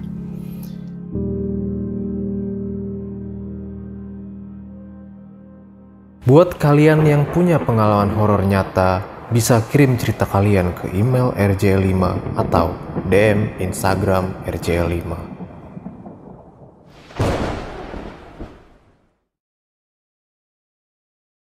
udah kita duduk ini, ceritanya saya mau ngencing nih, mau ke toilet mana ya gitu kan. Oh di sana tuh cek. Nah saya jalan ya kan, ngusurin lorong rumah sakit. Mana ya gitu kan. Nah, ada satu ruangan, saya nggak sadar, ternyata itu kamar mayat. Bukan kamar mayat sih, di situ kayaknya nggak ada kamar mayat. Jadi kamar mungkin nggak tahu khusus kali ya. Itu banyak dokter sama suster lah mau dibilangnya. Nah pas saya masuk mau nanya maksudnya gitu kan, toilet di mana ya gitu. Pas saya masuk ternyata di samping saya tuh ada si Ceking gitu kan, lagi sambil nangis lagi deh, nangis gini gitu. Terus ada si Didi juga ada yang lain. Terus ngeliat saya datang kaget, cek gitu kan. Saya cuman gini. Pas saya ngeliat ke kanan, saya ngeliat itu jenazah, ada jenazah si Andi, si Nafi dan si Andi dan si Nafi. Itu udah terbujur kaku. Di sini tuh keluar apa ya, cairan putih gitu ya, di hidung itu keluar cairan putih gitu. Saya cuman ya lu kok ngedulin gue gitu loh. Lu ngedulin gue gitu. Saya cuma ngomong gitu. Langsung saya ya udah jatuh air mata berkali-kali, akhirnya ditarik lah ya. Ya, gue gak nyangka jadi kayak begini nih. Gue gak nyangka, bener-bener gue gak nyangka. Gue gak nyangka, gue gak maksudnya ini di luar. Gue pernah ke gunung ini, ke gunung ini, ke gunung ini, ke gunung ini gitu ya. Bahkan gue pernah di gunung mana gitu ya, gue dibilang pernah ngalamin kejadian yang mungkin menyebabkan gue pribadi itu hampir mati gitu ya. Tapi kenapa di sini justru bukan gue yang mati gitu loh. Bukan gue yang mati gitu. Kok anak-anak ini gitu loh. Anak-anak ini mati. Kenapa bukan gue? Kenapa sih nggak gue? Atau mentor yang lain? Gitu loh. Ya itu mungkin pikiran panik saat itu gue ya. Nah akhirnya kita ya dibersihin lah itu jenazah 3 orang. Akhirnya kita bawa ke rumah sakit PMI karena semua dikumpulin di situ. Si Ahmad masih dibawa juga, tapi dia beda ambulan ya, beda ambulan.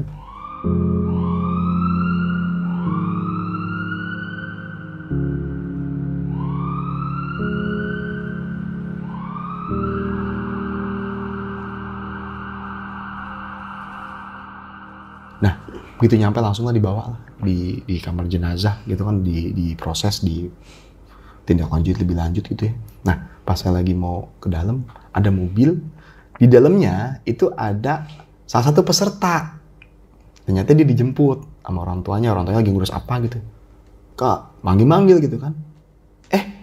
Lu gitu kan, perempuan. Nah, dia ini yang waktu di kawah, dia tuh pingsan, palanya tuh kerendam air segini. Segini tuh kerendam air, tapi dia sadar alhamdulillah gitu, dan tertolong lah. Ya kan, kita sebutnya namanya Imah lah ya. Saya tanya dong, Mah sebenarnya gimana sih Mah gitu loh. Gini kan Jack. Jadi itu kita tuh tadinya tuh turun. Kronologinya kayak diceritain sama dia. Nah, kan di sana ada semacam aliran air lah, air belerang gitu ya. Nah,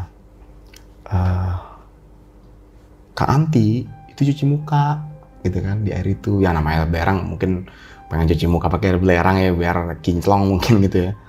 Dia cuci muka, tiba-tiba dia jatuh gitu aja Kak. Bruk. Pada kaget tuh, Kak Anti kenapa tuh?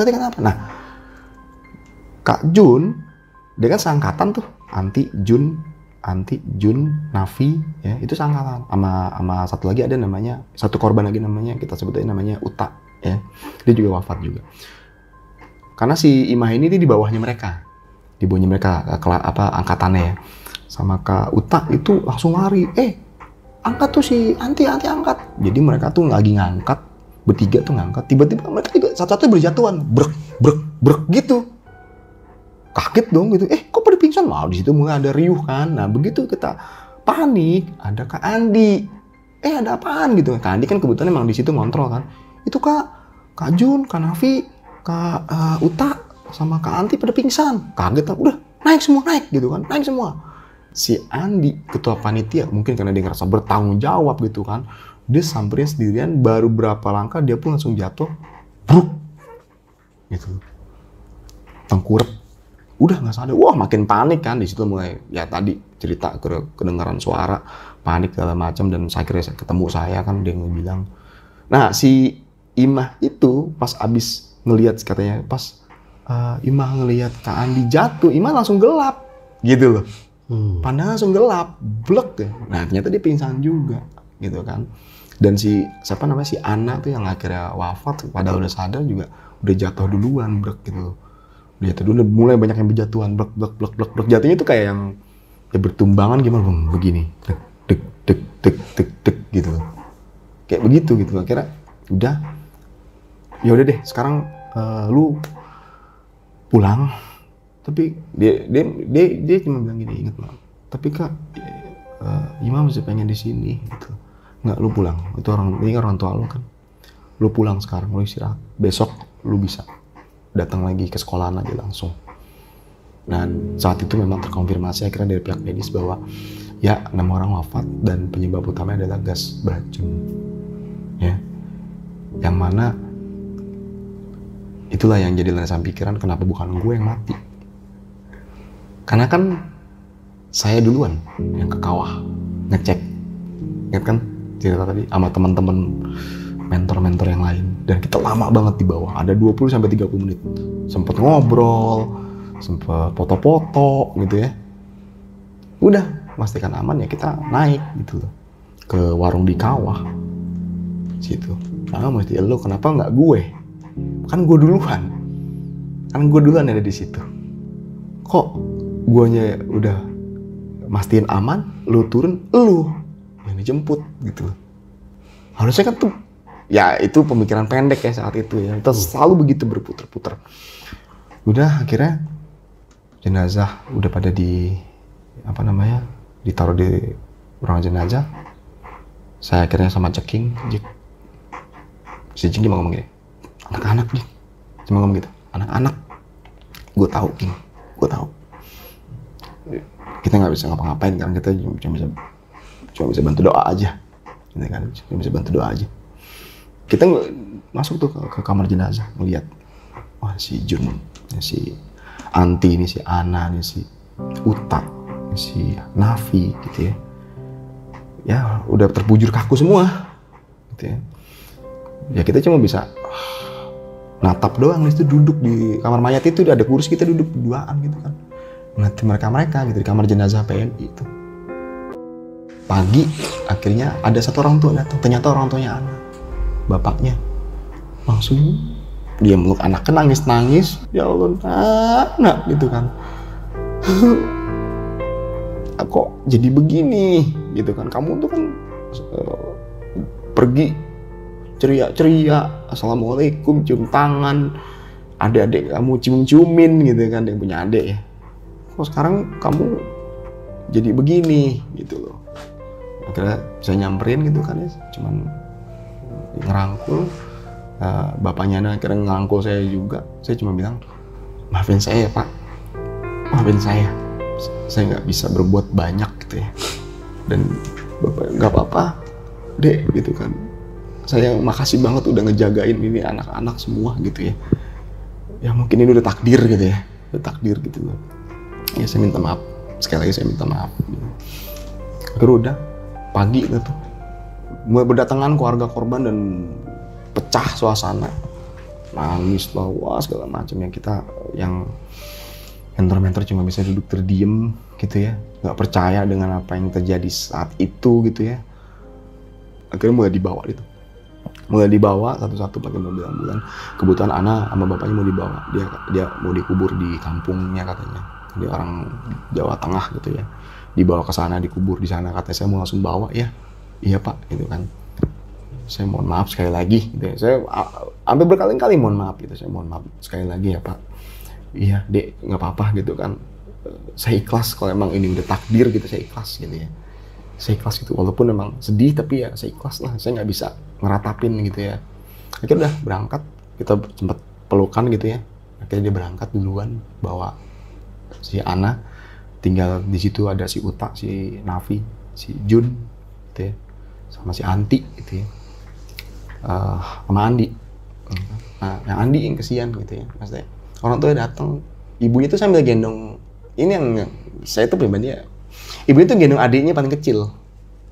Adiknya tuh masih paling umur setahun setengah. Sampai ngomong ke saya, Dek, kenapa ya bisa jadi kayak gini? Bu, saya minta maaf ya Bu, gitu kan. Saya minta maaf banget, saya nggak tahu ternyata tiba-tiba jadi begini gitu. Padahal ya Allah Andi sampai kayak begitu deh gitu ya. Belum lagi si itu Nafi kan, si yang kakaknya ya juga salah satu panitia gitu kan, nangis ibunya datang. Akhirnya semua mulai dibawa satu-satu. Akhirnya di situ tinggal yang lain juga teman-teman mentor juga membantu dampingin, ngiringin gitu ya. Di situ akhirnya di rumah sakit tinggal saya, Papan sama si Ceking nih. Itu Bang, posisi guru-guru di sekolah udah pada tahu? Udah pada tahu akhirnya. Karena kan pembina kan juga akhirnya menginfokan kan, boleh dibilang. Karena itu makanya kan itu kejadian dari hari Sabtu ya, tanggal 7. Hari Minggu akhirnya udah mulai jenazah diantar ke Jakarta dari rumah sakit PMI, dan sore harinya atau malam itu sekolah ngadain press conference gitu. Oh, itu yang dilakukan kepala sekolah dan lain-lain lah. Gitu. Karena kan ini acara bukan acara kaleng-kaleng gitu, bukan acara yang nekat gitu, bukan acara yang udahlah kita jalan aja lah. Ini ada izinnya, ini acara resmi gitu ya. Karena waktu kita persiapannya pun bukan persiapan sekedar barang-barang, anak-anak, pendaftaran ini itu nggak cuma administrasi, tapi juga perizinan kita urus gitu. Jadi betul-betul ini acara yang resmi, yang tujuannya itu memang baik, bukan acara kayak seolah-olah kayak wajib militer gitu ya, kayak gitu-gitu tuh wajib. Nggak ada gitu. Memang betul kita pengen have fun aja. Kebetulan saat itu liburan sekolah, Jadi anak-anaknya kan pesertanya ada yang kelas 2 SMP, kelas 3 ya. Sama kelas 1 SMP berapa, tapi nggak banyak yang kelas 1 SMP sih. Kelas 2 paling banyak nih. Yang ini angkatannya si Ana almarhumah ya.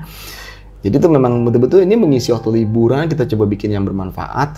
Karena kan kita kan organisasi kepramukaan juga udah lama banget gitu. Kebanyakan aktivitasnya itu latihan atau kompetisi perlombaan seperti itu gitu kan ya. Dan kita mau membangun ini, sebenarnya kita mau mencoba membangun rasa kekeluargaan yang lebih erat gitu loh. Kekeluargaan yang lebih erat, gimana tuh sambil kita wisata gitu ya, membuka wawasan mereka mengenai alam lah intinya gitu ya. Makanya kita nggak main-main bikinnya, tetap harus ada izin. Pun kalau seandainya ya saat itu pihak sekolah tiba-tiba cabut izin, kita stop, nggak berangkat. Karena kalau kita nggak, dan mohon maaf, masing-masing peserta ya, itu saat mereka mau daftar kita kasih formulir.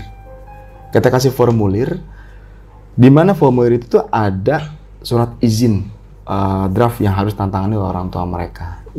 Jadi memang resmi lah ya. Resmi gitu kan, resmi banget gitu ya Budina. Jadi bukan sekedar ada mau ikutnya, ayo daftar nih. Enggak, mau ikut daftar yaudah, ini ada formulir isi, ini tolong yang ini kasih orang tua, nanti kalau udah balikin ya ke kita tanah orang tua. Kalau nggak ada, kita nggak bisa ikutin. Jadi setelah dikuburkan baru malamnya press conference. Iya. Dikuburkannya Senin. Jadi kan, besokannya baru. Karena kan press conference itu hari Minggu malam, di mana hari Minggu pagi itu jenazah sudah mulai diantar ke rumah masing-masing. Belum dikuburin. Nah, tinggallah akhirnya kita bertiga nih, tadi saya bilang saya, Ceking, Papan. Akhirnya kita ngunjungin Amat. Amat di situ tuh dirawat akhirnya kan. Ngunjungin Amat dirawat, dan saya bilang, "Mat, udah lo istirahat aja di sini." Dia juga mesin, anak-anak gimana Jack gitu kan. Dia udah nggak bisa ngomong, nggak bisa bergerak banyak nih, karena badan tuh kayak yang lumpuh gitu loh. Akhirnya kita sampein aja deh, Mat, anak-anak 6 orang wafat. Dia karena dia nggak bisa bergerak, dia ya Allah, diam gitu dan keluar air mata di sini gitu loh. Dia udah nggak bisa bergerak sama sekali. Dan si Amat itu dia tuh butuh waktu berbulan-bulan untuk membersihkan. Jadi dia kan kayak keracunan juga ya. Itu sampai dia tuh berbulan-bulan tuh belum 100% fit gitu. Karena masih ada mungkin racun udah masuk aliran darah kali ya gitu ya. Gas racunnya.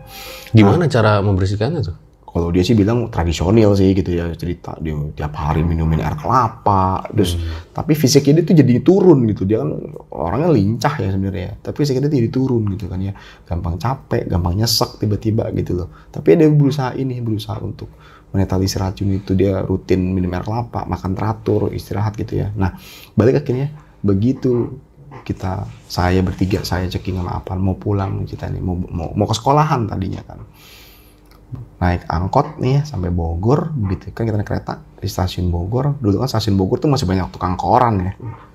Itu yang namanya lapak koran, beritanya soal kita semua. beritanya soal kita semua. Koran Radar Bogor, apapun itu ya, koran-koran yang ada di Bogor itu soal kita semua. Dan kita cuman, aduh. Tapi ya mohon maaf, saat itu beritanya masih simpang siur. Ada yang bilang meninggal 10 orang, meninggal 7 orang, itu meninggal 8 orang. Terus malah ada yang ekstrimnya tuh, kalau nggak salah, saya lupa media apa ya, dia menyebutkan apakah ada kekerasan sampai menyebabkan meninggal, yang mana itu kita bisa bilang ya, demi Allah, demi Rasul, nggak ada yang namanya kekerasan di situ, gitu ya, nggak ada yang namanya kekerasan, nggak ada yang namanya penyiksaan, itu nggak ada, karena kita bukan orang bodoh gitu loh. Mereka ini bukan pendaki-pendaki anggota-anggota pendaki, klub pendaki gitu loh, yang mereka sudah memiliki pengalaman. Mereka itu benar-benar baru kita kenalkan pengalaman mendaki gitu loh. Alangkah bodohnya kalau kita langsung, wah ini langsung di mapras atau apa istilahnya gitu ya. Itu kita nggak ada sama sekali, nggak ada. Dan pemberitaan media-media saat itu tuh memang lebih terkesan menyudutkan. Jadi entah kenapa ya kita sih berusaha diem aja, karena kita akhirnya milih diem aja dan biarin deh gitu kan, sering berjalan waktu, biar toh juga mereka hanya konsumsi berita aja gitu kan, yang mau dibilang. Ya udah, akhirnya kita pulang naik kereta bertiga, dan di jalan, saya kan waktu itu tinggal di Depok ya. Si Papan bilang, "Cik, lu mendingan pulang deh." Gitu. Kenapa, Bang? Gua kan pengen ke sono. Enggak, lu mendingan pulang. Si Ceknya juga bilang, "Iya, Cik, lu pulang aja. Lu istirahat dulu, karena lu udah parah banget ini, ngedrop total. Lu istirahat, besok kita ketemu di sekolah saat pemakaman anak-anak." Gitu. Ya udah, akhirnya saya turun di Depok Baru. Di Depok Baru tuh saya jalan kaki ke rumah. Kebetulan memang nggak terlalu jauh sih dari stasiun Depok Baru ke rumah saya tuh, ya mungkin kalau jalan santai itu 20 menit lah ya, gitu loh. Sambil di jalan tuh ngelamun gitu ya, akhirnya sampai rumah gitu kan, ya orang tua, gimana ini, biasa lah gitu ya. Ya saya bilang, tadi deh, ngapain ngomong gitu kan. Nah pas malam hari gitu ya, itu sebenarnya badan itu sangat drop, capek. Nah, harusnya kan istirahat, tidur ya. Entah kenapa saat itu tuh saya tuh di kamar kebetulan ada kursi gitu. Duduk gitu ya. Sambil masih ngelamun kosong gitu ya. Ngelamun kosong.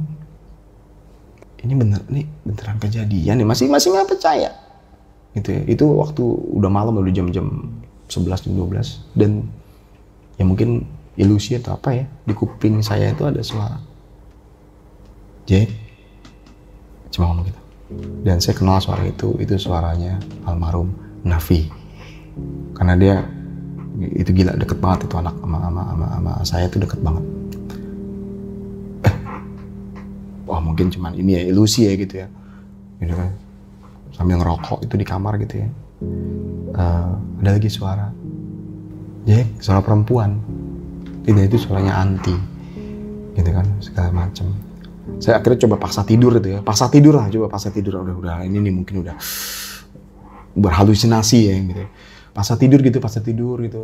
Itu udah jam 1 malam gitu, karena saya mikir besok gue mesti jalan pagi-pagi nih gitu kan, paksa tidur. Terus tiba-tiba tuh antara sadar nggak sadar, di kayak mimpi itu ngeliat mereka berenam cuman bilang, "Jack," sambil senyum gini,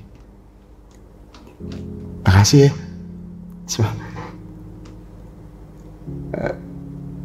Makasih banget ya. Aduh. Langsung saya kebangun. Saya cuma bilang gini, "Tina, Jun, Di, Uta, gue minta maaf ya sama lo semua. Gue minta maaf banget.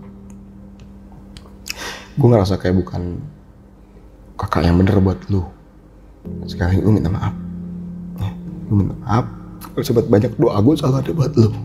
Kalau memang udah waktu lo, gue berdoa semoga Allah nerima lo semua di sisinya. Dan gue yakin, dan gue bangga sama lo. Ya cuma ngomong sendiri gitu di kamar. Dan antara sadar nggak sadar di mimpi itu kebayang terlintas mereka berenam sama senyum dengan gayanya mereka ya gitu, gaya kadang saya itu kan tahu ya gaya-gayanya mereka ya, si ngapain gaya sambil gitu kan ya, si Si Jun tuh kan paling kecil tuh ya, si Jun tuh ukuran tubuhnya paling kecil sambil cengir gitu ya. Jadi memang berenam itu deket lah ya? Deket sebenarnya, kita tuh udah kayak keluarga. Karena kita memang di organisasi kepramukaan itu kita membangun sebuah keluarga namanya. Kita selalu ngajarin ke anak didik, ini bukan temen lo lagi. Siapa bilang ini temen lo? Ini bukan tim lo lagi. Ini saudara lo. Jadi gitu loh. Sangat merasa kehilangan juga pada saat itu. Betul. Karena kan termasuk yang bertanggung jawab juga nih. Betul. Jadi kita selalu mendidik itu, ya kan? Bahkan kita selalu berusaha gini. Kalau selama ini ya, kalau misalkan lagi latihan tisu kan? Ya, selama lagi latihan gitu ya. Kalau kita latihan, oke, lu anggap gue sebagai kakak pelatih siapapun itu. Tapi begitu kita latihan, nggak usah ada batasan. Lu mau ngobrol apapun kita ngobrol aja, terserah lu mau nanya apa, kita bercanda-canda segala macem, kita nyanyi bareng, genjreng-genjreng gitar gitu ya. Bahkan dulu tuh inget banget yang nggak bisa dilupain itu, kita pernah gitu ya sama mereka juga nih yang almarhumah ini, kita gitu lagi persiapan mau ada kompetisi perlombaan lah, kita latihan selesai latihan tuh masih sore lah, belum ada pulang kan ya, saya sih masih di sekolahan lah ya. Si Uta itu kan kayaknya si almarhum Uta ya, kayaknya dia obsesi jadi gitaris, mungkin cita-citanya selalu bawa gitar. Tapi kalau dibawa nggak pernah dimainin, ya kan? Cuma gini, cik, main. Yaudah sih deh. Nah, kita genjreng, itu kita nyanyi bareng, ya kan? Nyanyi bareng. Itu kita inget banget ada lagu yang hobi banget suka dinyanyiin sama mereka. Ini lagu Ungu yang judulnya, thank you. Yang judulnya tuh apa? Jika itu yang terbaik ya. Itu nyanyi bareng-bareng, genjreng, dan itu tuh bener-bener jadi pengobat rasa capek mereka saat latihan di sekolahan gitu ya. Itu jadi pengobat capek mereka karena mereka menemukan sebuah suasana keluargaan yang sangat erat gitu ya. Seperti itu sih sebenarnya. Jadi intinya memang rasa kehilangan itu pasti, tapi takdir tetap harus dihadapin, nggak bisa lari ya. Saya pribadi sempat berusaha lari, mungkin ya lari dalam arti kata tuh karena traumatik ya, mungkin boleh dibilang traumatik, tapi lambat laun saya berpikir ya sudah, gue harus terima ini gitu loh. Ini udah kejadian, gue mau ngelakuin apapun gue nggak akan bisa balikin sesuatu. Setelah kejadian itu pun semua udah dikubur gitu ya segala macam. Kadang-kadang saya tuh suka ngunjungin makam mereka, kecuali si Ana ya, karena dia di Jawa Tengah kan. Tapi mereka tuh kadang-kadang kalau saya, ini mungkin saya baru cerita di sini, jujur aja, saya tuh suka ngunjung makam mereka sendirian aja. Satu-satu saya kunjungin, karena si Anti, si Uta, sama si Jun itu satu area pemakaman. Kalau si Nafi itu di Jakarta juga, di daerah Jakarta Timur, di makamnya di situ. Ya, saya tuh kadang-kadang suka nyempet iseng lah. Cuman gini doang. Misalnya saya ke makamnya si Anti itu, cuman saya doa, ngusap-ngusap batu nisannya, cuma bilang gini, gue minta maaf satu-satu saya gituin, termasuk kayak si Jun gitu ya, si Andi terutama, yang dia seorang ketua panitia, dan saya tuh nggak nyangka dia punya tanggung jawabnya sangat besar ya, gila. Padahal kalau boleh dibilang anaknya tuh agak selengean gitu, tapi setelah dia dipercaya sebagai ketua panitia acara, dia sangat bertanggung jawab, dan ya saya bangga sih sebenarnya gitu loh. Saya bangga banget gitu ya. Sampai inget banget dulu ngomong gini, pas lagi kapan hari ke pusaranya si Andi gitu ya. Kan dulu saya sama dia sama-sama Milanisti nih, ya kan. Dulu era-eranya Milan menang Champion 2007. Oh, Inzaghi. Lu Milanisti juga? Jelas. Wah, Forza Milan. Nah, sampai ngomong gini nih, setahun kemudian tuh Milan keok nih, Di. Oh, sama-sama Milanisti juga. Iya. Champion tuh, Milan keok nih. Sampai saya tuh ngasih laporan ke Di, kakak dibeli Madrid nih. Sampai kayak saking nggak bisa lupanya kejadian itu ya? Iya, saking nggak bisa lupanya. Traumatik ya? Sampai kayak gitu. Dan ini jujur aja, jujur ini saya baru cerita di sini. Karena saya mendem. Bahkan orang tua juga nggak tahu. Maksudnya traumatik seperti ini yang saya alamin gitu. Orang tua nggak tahu, kakak nggak tahu gitu ya. Bahkan teman-teman juga nggak ada yang tahu semua. Bahkan teman-teman mentor-mentor gitu itu nggak ada yang tahu. Ya gitu. Jadi memang sangat trauma ya dalam beberapa waktu ya. Ada nggak sih trauma-trauma lain? Tapi ini juga yang paling penasaran nih. Sebetulnya apa penyebab meninggalnya 6 korban itu? Nah, jangan dijawab dulu. Nanti bakal kita bahas di closing.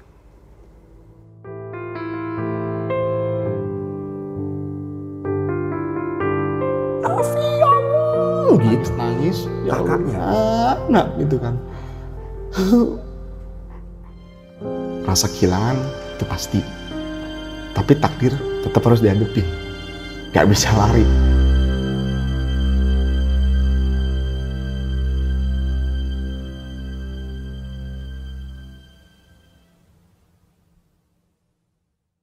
Itu dia guys, sebuah kisah yang luar biasa sekali ya dari Bang Jack, dimana ini bisa jadi banyak pelajaran yang bisa diambil dari pengalaman beliau. Nah, sebelum kita akhiri ada beberapa pertanyaan nih yang pengen gue tanyain. Bang, itu sebenarnya apa penyebab dari kematian korban-korban tersebut? Oke, kalau berdasarkan medis ya saat mereka diidentifikasi, jadi memang ada kadar gas beracun di dalam darah mereka, gitu loh. Cuma balik lagi. Oke lah, bukan kita mau soal religius ya. Kalau udah takdir, ya udah gitu kan ya. Tapi kalau secara medis itu. Cuma kalau kita berpikir ayam telur lah kasarnya ya. Kan yang turun ke bawah nggak cuma mereka berenam. Iya, bahkan Bang Jack sendiri lama. Betul. Ya kan? Ya itu dia makanya. Balik lagi, saya nggak menyangkal. Itu betul memang ada gas beracun berdasarkan hasil otopsi ya mungkin ya. Otopsi rumah sakit bahwa itu memang ada kandungan gas beracun di dalam darah mereka. Tapi baik lagi ya memang mungkin udah jalan takdir. Cuman ada yang aneh nggak sih dari kawahnya sendiri pada saat itu? Enggak, sama sekali nggak. Biasa aja? Biasa aja. Kawah ratu pada umumnya. Karena kan gini ya, yang tadi saya ceritain sebelum peserta pada turun ke bawah kan, saya sama teman-teman mentor lain kan ngecek dulu nih kawah nih. Dan itu kondisi sangat normal. Karena kan saya juga berapa kali ke Kawah Ratu kan, udah berapa kali ke situ gitu kan, baik pendakian secara ya sama teman-teman gitu ya boleh dibilang, dan kita sering gitu loh. Hanya memang ada aturan kalau di Kawah Ratu tuh nggak boleh ngecamp. Itu betul, makanya memang kita tujuannya kita cuma ngunjung kawah ya paling 15 menit sekedar lihat balik. Niatnya cuma seperti itu aja dan planningnya memang seperti itu gitu loh, karena memang kita membatasi memang gitu. Jadi kadar keselamatan tetap kita perhatiin, cuma balik lagi ya memang mungkin ini juga buat ya sedikit hikmah lah ya, bahwa saat kita tuh mau bersinggungan kegiatan dengan alam bebas gitu ya, seberapapun persiapan, seperfect apapun persiapan yang kita persiapkan sebelum berangkat ya, tetap apapun resiko itu tetap ada ya, resiko itu tetap ada namanya dalam bebas. Bahkan yang terburuk yang saya alamin ya, resiko kematian itu tetap ada. Itu yang persiapannya udah gila, mungkin 6 bulan atau setahun mungkin kita persiapannya itu. Jadi intinya itu gas beracunnya ya nggak ada tanda-tanda apapun. Nggak ada tanda-tanda. Kayak normal aja. Tahu-tahu pada jatuh gitu. Ini mengingatkan saya nih Bang sama tragedi Kawah Sinila Dieng. Oh Dieng. Gas beracun sama pada tumbang juga tiba-tiba. Tumbang begitu, kurang lebih sama lah, mirip kayak gitu. Kurang lebih sama kayak begitu. Bukan belerang ya, bukan, beda. Bukan zat belerang, bukan gas belerang. Kalau belerang kan kecium baunya. Jadi kalau ya, kata belerang kan menyengat. Jadi kalau kata siapa ya waktu itu saya sempat nanya kalau sama dokter di PMI ya. Jadi gas beracun, dok ini emang gas belerang ya? Soalnya bukan kenapa? Kan saya juga berapa kali ke situ kan, ke Kawah Ratu dari tahun 2004 gitu ya, 2006 gitu ya ke situ. Sekedar camping di Cidahu, naik ke kawah, main di situ, ngopi di warung, cuma sekedar gitu aja.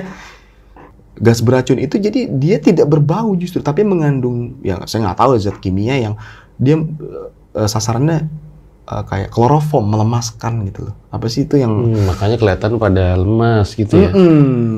Dan itu melemaskan. munculnya itu gimana tuh gas beracunnya tuh? Ah itu yang saya pribadi tuh kadang kalau saya bilang sih nggak bisa diprediksi ya. Jadi ada mungkin beberapa keterangan mungkin dari, saya nggak tahu, bisa dikonfirmasi mungkin lebih lanjut ya, dari BMKG atau apa, itu biasanya di tiap kawah itu ada gas beracun. Cuman gas beracun itu menurut data yang saya coba waktu itu saya coba baca-baca ya, setelah kejadian itu coba cari tahu. Jadi tuh gas beracun itu meningkat di kawah itu pada kondisi setelah hujan gitu loh. Itu gas beracunnya biasanya agak sedikit meningkat. Tapi ada juga yang bilang sebenarnya nggak bisa prediksi. Ya, soalnya kan ada gunung ya, yang di puncak itu nggak boleh lama-lama. betul, ada kayak Siang udah harus turun. Semeru gitu kan, iya. dia nggak boleh lama-lama. Bahkan ada juga kayak di kawah Ciremai nggak boleh turun ke kawah gitu kan. Nah, tapi kalau di kawah itu nggak, waktu itu ya, saya nggak tahu apakah peraturannya sekarang berubah gitu ya, nggak pernah saya ke sana lagi gitu ya.